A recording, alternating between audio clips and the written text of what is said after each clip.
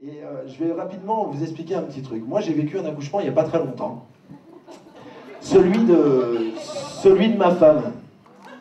Ah ouais, non, c'est vrai, c'est sérieux en plus. Et c'est vrai que souvent, tu vois, bientôt tu vas accoucher dans maintenant 5 mois, hein, et souvent les filles se plaignent, ouais, tu sais pas ce que c'est l'accouchement, toi tu galères pas avec ça et tout. Mais si, j'ai galéré avec ça. Je t'assure que tous les hommes galèrent avec ça. Vous allez tout de suite comprendre. Déjà, ta femme, elle te réveille. La nuit, oui, parce qu'une femme, ça accouche la nuit. Quand tu dors vachement bien, tu vois. Pas à 10h du soir, pas à 7h du matin, non, non, à 3h du mat.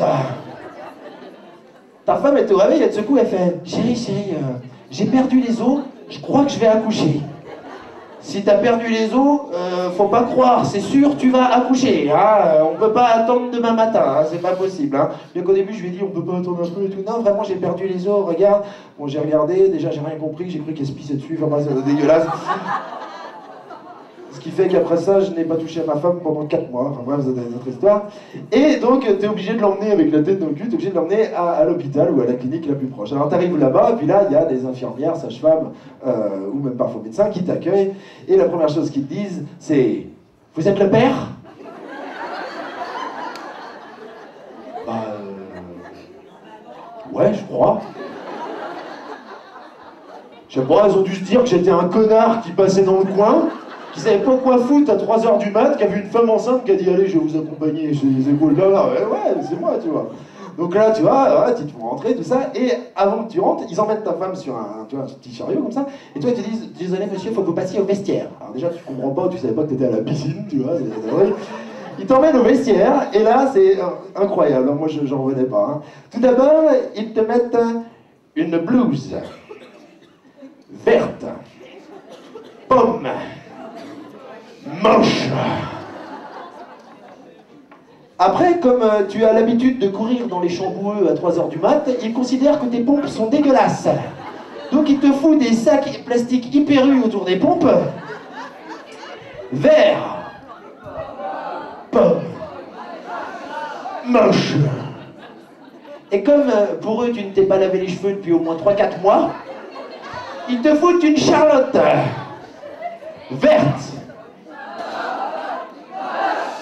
moche.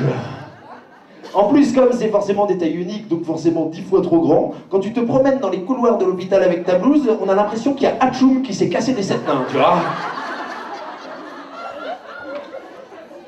Et là, tu comprends pas, parce qu'à ce moment-là, tu croises des mecs avec des blouses ajustées, blanches, et des petits crayons qui font croire qu'ils écrivent de temps en temps, tu vois. Ça s'appelle un médecin. Et si on t'habille comme ça, c'est justement pour qu'on ne te prenne pas pour un médecin. Toi, on te met dans le ghetto des pères. Les ghettos des pères chiants, oui, parce que les pères sont chiants. Mais ils sont pas chiants parce qu'ils sont chiants à cause d'eux, ils sont chiants à cause de leur femme. Parce qu'à ce moment-là, ta femme, bah, en fait, elle t'aime vachement moins, déjà, tu vois. Elle t'aime vachement moins parce qu'au début, elle a mal. Oui, au début, parce qu'après, il y a la péridurale, elles sentent plus rien, les gonzesses aujourd'hui. Hein, ah non, sérieux. Non, sérieusement, moi, ma femme, avec la péridurale, elle était comme ça et tout, machin, d'un coup, ça fait poum. Oh merde. J'ai même pas eu le temps de finir ma grille dessous du cul. Putain. Elles sentent plus rien. Mais au début, elles ont mal, tu vois. Elles ont mal, hein, parce que là, t'as la sage-femme qui passe et qui te dit « Bon, votre femme est ouverte de 2 doigts. » Alors déjà, tu l'auras tout de suite. Tu fais « Je peux t'assurer que ça fait 10 ans que je la pratique, ma femme, elle est vachement plus ouverte que 2 doigts. » Tu vois. Déjà, là, tu passes direct pour un con, déjà. Ouvert de doigts, on en a encore pour quelques temps avant de faire la péridurale. Donc ta femme, elle continue à avoir mal et il te laisse seul dans la chambre avec ta femme. Tu vois le truc que tu... En fait, à ce moment-là, les pères, ils devraient être interdits dans la chambre. Tu vois, parce que là, à ce moment-là, ils te pourrit complètement, tu vois. Alors genre, t'es qu'un gros connard, oui, j'ai le droit. T'es qu'une grosse merde, ouais, j'ai le droit. J'ai aussi le droit, ouais, c'est de ta faute. Oui, j'aimerais autant que ce soit de ma faute plutôt que de mon pote Christophe. Et puis, c'est vrai que, en plus, pour calmer la douleur, tu vois, les médecins, enfin la sage-femme, leur donne de temps en temps une sorte de petit gaz mentholé qui permet de se sentir un peu mieux. Certaines parmi vous ont eu ça, je pense, hein, vous avez déjà. Non, quoi, ils vous ont mis des claques dans la gueule pour vous calmer ou... Et là, il se casse. Et donc, toi, tu te retrouves avec le petit appareil et le petit truc mentholé, tu vois, pour calmer ta femme. Donc, elle en veut tout le temps, tout le temps, tout le temps. Mais tu dis non, c'est pas possible, sinon tu vas te défoncer, tu vas même plus te rendre compte que, voilà, que t'es à l'hôpital. Alors là, elle te pourrit encore plus parce que tu lui donnes pas du gaz mentholé. C'est une vraie catastrophe, hein, à ce moment-là. Jusqu'au moment où, enfin, elle accouche. Et là, c'est fabuleux. Bon, moi, perso, j'ai pas regardé, j'ai trouvé ça dégueulasse. Et, enfin, en fait, si, j'ai regardé un petit peu au début.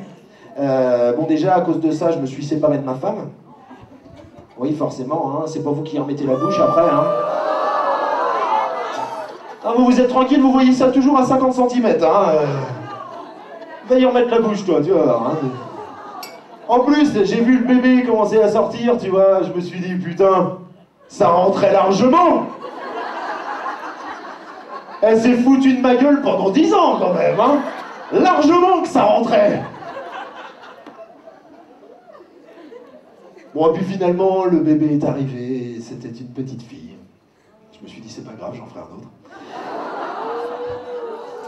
Et c'était magnifique, c'était un moment extraordinaire pour un père, pour une mère, mais pour un père, c'est extraordinaire. Et là, j'ai pris le bébé dans mes bras et je l'ai trouvé gluant. Et je me suis rendu compte que je m'étais planté, que j'avais pris le placenta. Hein, ça marque.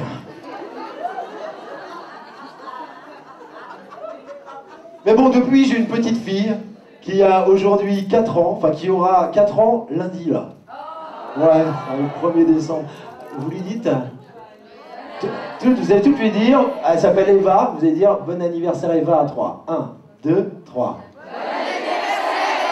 Et ce qui est génial, c'est que ce soir, exceptionnellement, c'est filmé. Donc dans 10-15 ans, elle reverra la cassette.